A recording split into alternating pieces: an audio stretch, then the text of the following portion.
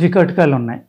చాలా మంచిది. శొంఠి, పిప్పలి, మిరియాలు 3 కూడా ఒక్కోటి ఒక 20, 30 లక్షణాలు 30, 40 జబ్బులకి పనిచేస్తాయి ఒక్కొక్కటి. అందుకే ఆ 3 కలిపి కషాయం పెట్టుకు తాగేస్తున్నాం అంటారు.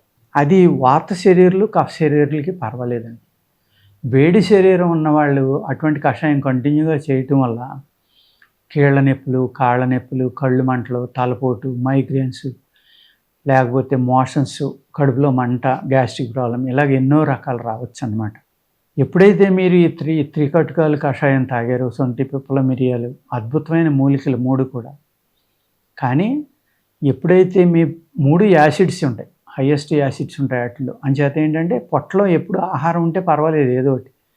మీరు ఖాళీ కడుపుతో తాగేసి లేటుగా భోంచేసినా, లేకపోతే మంచిదని కంటిన్యూగా తాగేసినా పొట్టలో ఆహారం ఎప్పుడైతే అయిపోయిందో ఈ తాగిన కషాయం అది కనుక బ్యాలెన్స్గా 2 ఒక దాంట్లో ఒకటి కలిసి పూర్తిగా పొట్టలోంచి బయటికి వెళ్ళిపోయినా పర్వాలేదండి. కానీ వీటి ప్రభావం ఇంకా ఎక్కువ ఉండిపోయింది అనుకోండి మీ స్టమక్లో, అనేక రకాలైన సైడ్ ఎఫెక్ట్లు వస్తాయి అన్నమాట.